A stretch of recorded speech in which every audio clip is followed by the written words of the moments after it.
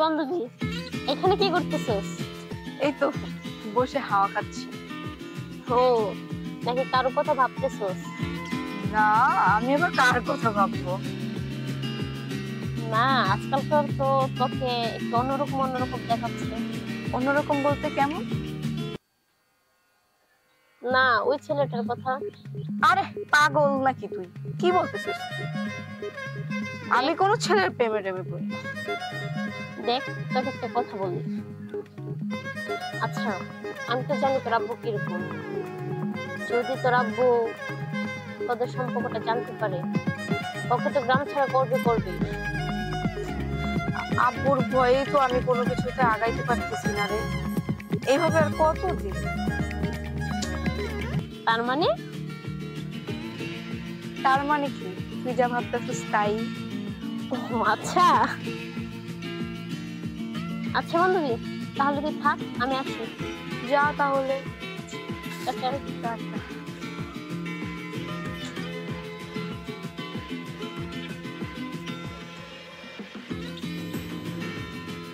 আমি অনেক চিন্তায় পড়ে গেলাম এই ব্যাপারটা নিয়ে, কি করবো। একদিকে বাবা আরেকদিকে ও।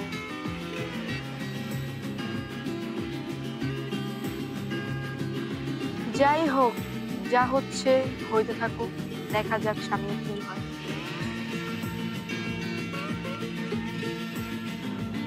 আর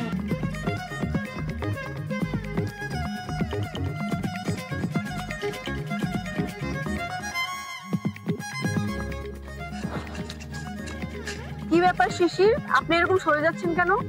দেখেন, সর্বনা তো কি করবো, আপনার আব্বু একজন চেয়ারম্যান মানুষ, আর আপনার সাথে কি আমার যায়? তো কি হয়েছে তাই বলে আমি পাশে এসে বসছি এই কারণে আপনি সরে যাবেন?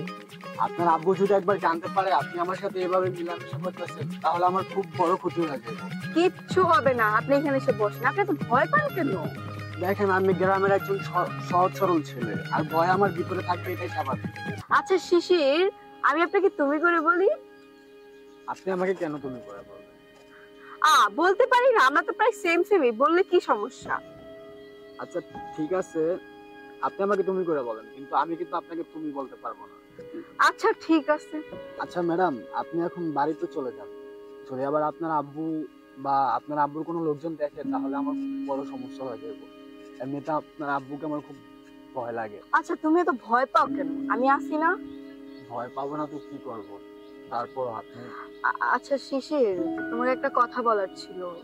জি বলেন। তোমাকে না আমার অনেক ভালো লাগে। আপনি এইভাবে আমার হাত ধরবেন না। কি হয়েছে? আমি ধরতে পারি না। যদি কেউ দেখে, ছাড়েন না। কেউ দেখবে না, সত্যি তোমাকে আমার অনেক ভালো লাগে। আর তুমি জানো, তোমাকে আমি অনেক ভালোবেসে ফেলছি। প্লিজ তুমি আমাকে না করো না।